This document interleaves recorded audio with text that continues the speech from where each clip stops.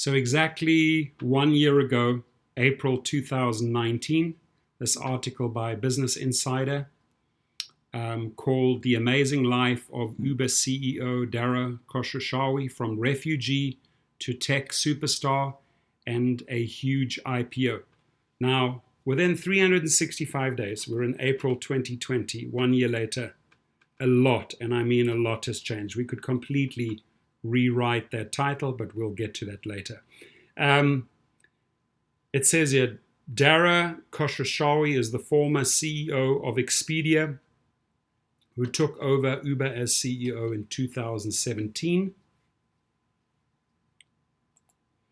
As CEO, Khosrowshahi is leading the company into its long-awaited IPO on Friday at $45 a share.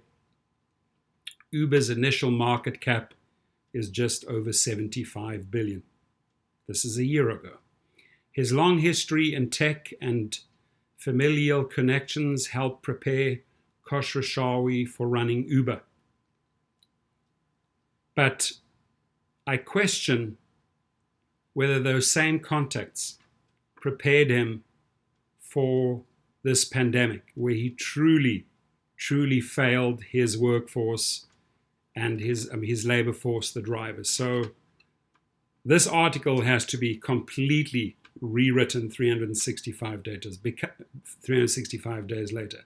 Becoming the CEO of Uber in mid-2017 was just the latest milestone for the 49-year-old Khosrowshahi, who has lived an extraordinary life of both hardship and influence. He's 50 now.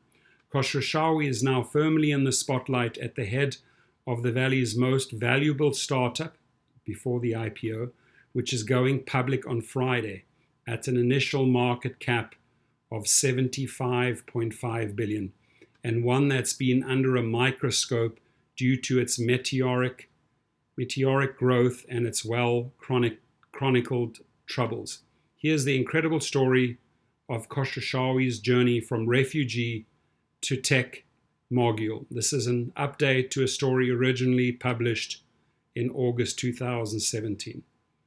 Dara K, here he is, 49. He was born in Iran, although he's now a US citizen. His last name is pronounced Khosrowshahi. He was born into a prominent and wealthy family, founders of a major Iranian conglomerate involved in pharmaceuticals, chemicals, food distribution. During the Iranian Revolution, the company was seized and nationalized by the new government, and his extended family fled the country.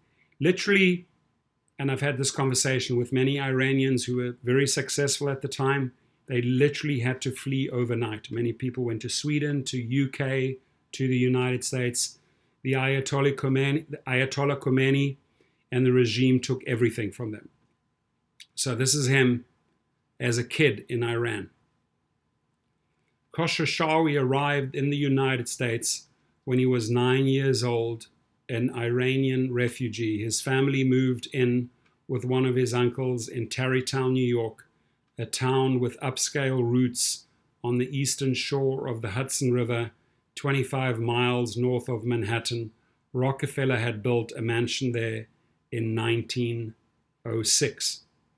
He and his cousins attended an Ivy League private prep school in Tarrytown called Hackley School. Previous students included George Hamilton and oil billionaire Fred Koch. He remembers those early years in the United States fondly. For the grown-ups, it was a difficult transition. The kids were able to party together, so it was fun.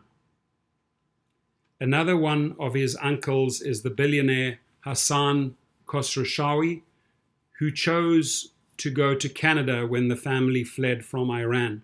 Hassan founded an electronics company called Future Shop. He sold that to Best Buy and then created a conglomerate holding company that licenses pharmaceuticals and music. All this means Khosrowshahi has a network of family members that are bigwigs in the business and tech worlds well beyond Expedia.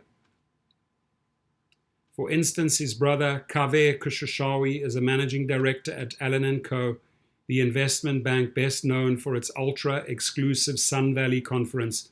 A few cousins are Google execs. His cousin Amir Khosrowshahi is at Intel after Intel bought the L company he founded, Nirvana, last year for $400 million.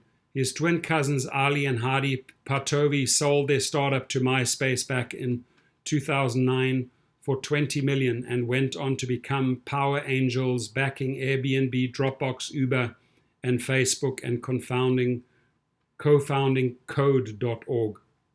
So, I mean, he definitely has an impressive stable of family members. I can tell you that. Not that life after Iran was all rosy. When Khosrowshahi was 13, his father went back to Iran to care for his own father, and the country would not let him leave for 6 years. That must be harsh.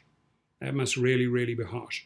After earning an electrical engineering degree at Ivy League school Brown University, Khosrowshahi began his career in finance, working at Allen & Co.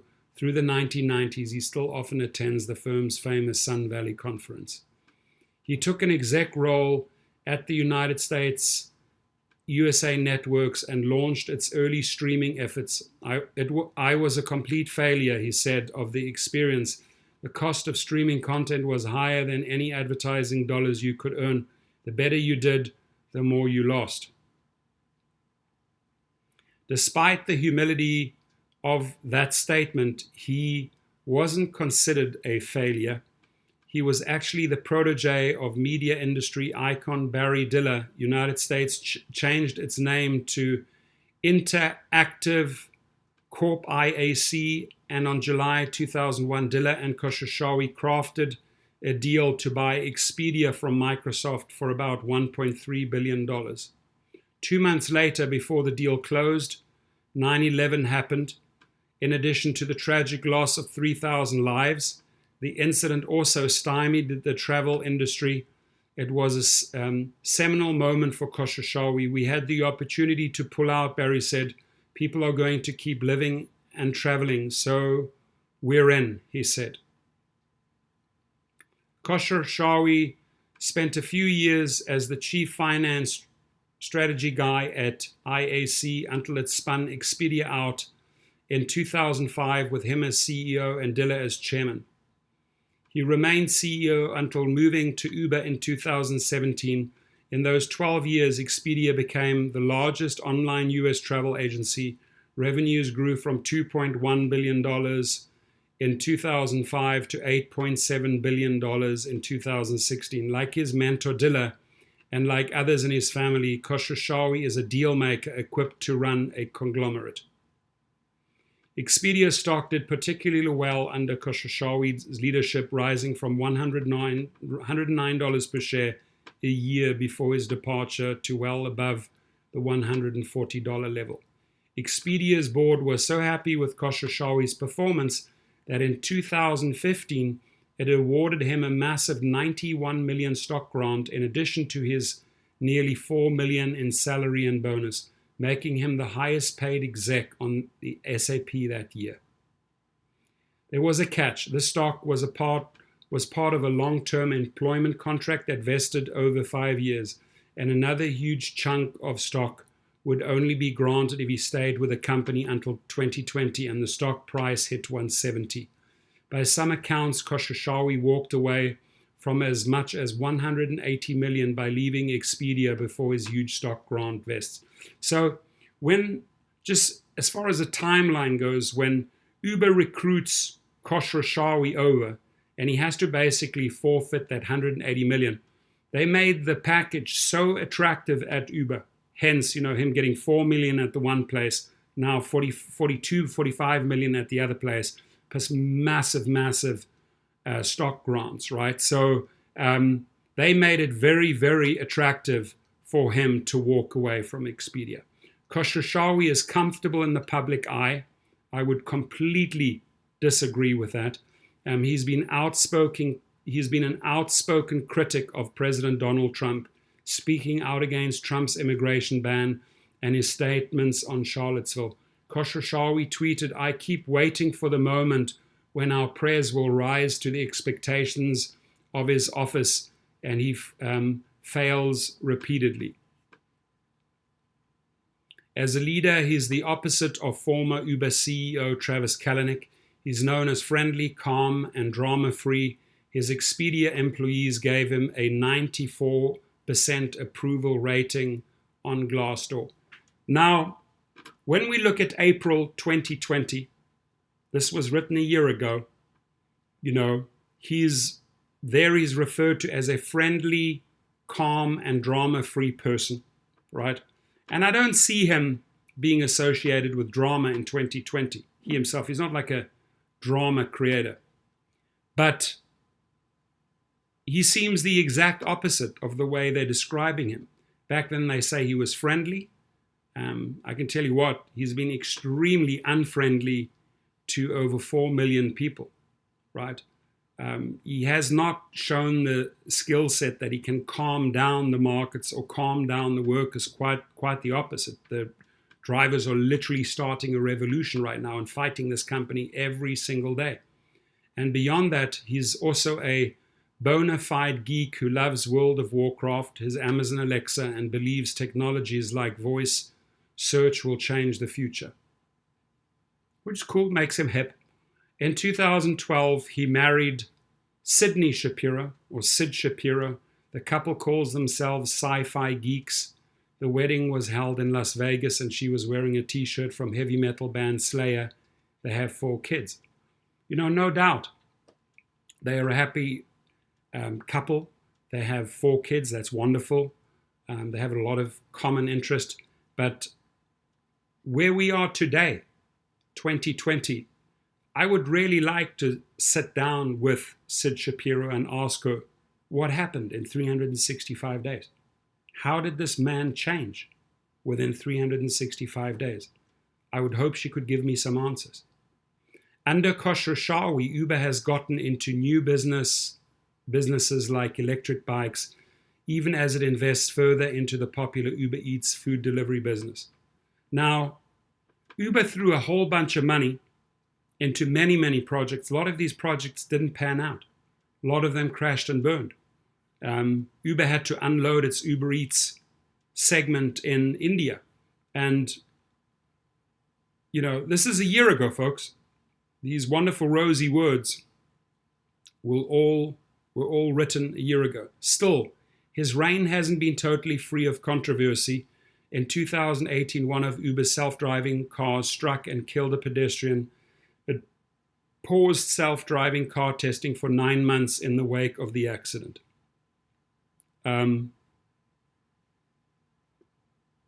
I personally don't think they're quite ready for that. I think they were very ready for that now. I think they were extremely premature by doing that, very negligent, and people died because of this. And now in 2019, Uber is about to go public. This is a year ago, before the IPO, at an initial market cap of $75 billion. But it could go much higher depending on how the market reacts to Uber's listing. Well, I have news for you. It went much lower. Things got rather catastrophic in 1 year, right? And things look very, very different in April 2020 compared to April 2019. Why did I make this video? Look, the man has an interesting background. He's been through a lot of pain and hardship, no doubt. I think if you try to look at the story from a human point of view, psychological point of view, I think he's been through a lot, and he just clings on to everything that he can, right? Him not being able to give up his CEO salary, him being able to turn his back on drivers during this pandemic, very much like the Iranian regime turned their back on his family, him leaving people out there dying during the pandemic while they need Uber's assistance. This is what has formed the man, right? He is what he is today. To me, I truly see him as a cold-blooded killer. And that's a compliment. That's a compliment. No human would do this to drivers. No human, no matter what you've been through, would leave people there dying in their homes after sending them to the front lines in a pandemic. So this is where I think this man has failed beyond. I think this is where he's going to be judged in the history books. Very interesting, colorful past, but a man that did not come through for people at the end of the day. And, you know, if you look at people like Tony West that work around him, Andrew MacDonald, Pierre Dimitri, these people have made awful, awful, poor decisions, keeping Pool going, pooling people right through to the peak of the pandemic, and only pulling the plug on Pool towards the end of March. That's responsible for thousands and thousands and thousands of deaths, right? Or at least infections. So, you know, his upbringing, his story is interesting. He's got a great degree. He's achieved a lot. But history will judge this man by the failures in 2020. Now, another article that I found, I just want to jump into that briefly, because there's certainly a lot of literature written about him. This was even 2 years prior to 2019. So we're talking August 2017, where they say, who is Dara Khosrowshahi, the Iranian-American CEO of Uber, right? Independent aggregator of Iran-related news events, Kodum, according to Business Insider on Sunday, Uber's board offered the top job at the company to Dara K, the Iranian-American CEO of Expedia. The job represents just another milestone for the 48-year-old Khosrowshahi, 50 now, who has lived an extraordinary life of both hardship and influence. Shervin Pishivar, another Iranian-American and an early Uber investor, believes Dara K is the perfect choice for Uber. Born in Iran, Khosrowshahi, 48, has made an incredible journey from refugee to tech mogul. He was born into a prominent and wealthy family, founders of a major Iranian conglomerate seized and nationalized during the 1979 Iranian Revolution. That's basically when they took everything away from his family.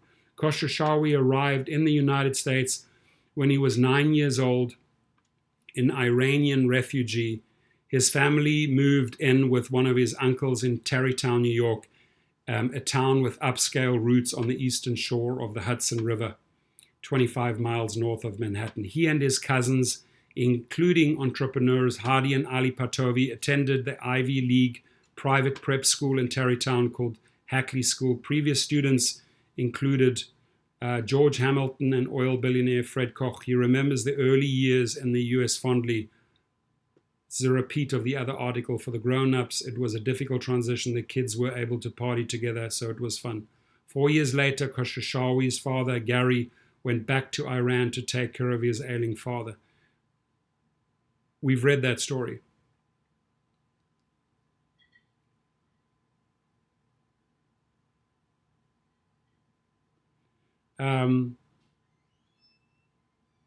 Mr. Khosrowshahi's experience as an immigrant gave him a personal perspective on the executive order that President Trump signed restricting travel from 7 predominantly Muslim countries this year. Expedia, along with Amazon, gave early support to a lawsuit filed by Washington State's Attorney General objecting to the travel ban.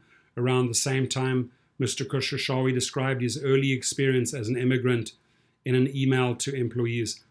We sure didn't feel like refugees, but in hindsight, I guess we were. My father and mother left everything behind to come here. Listen to this.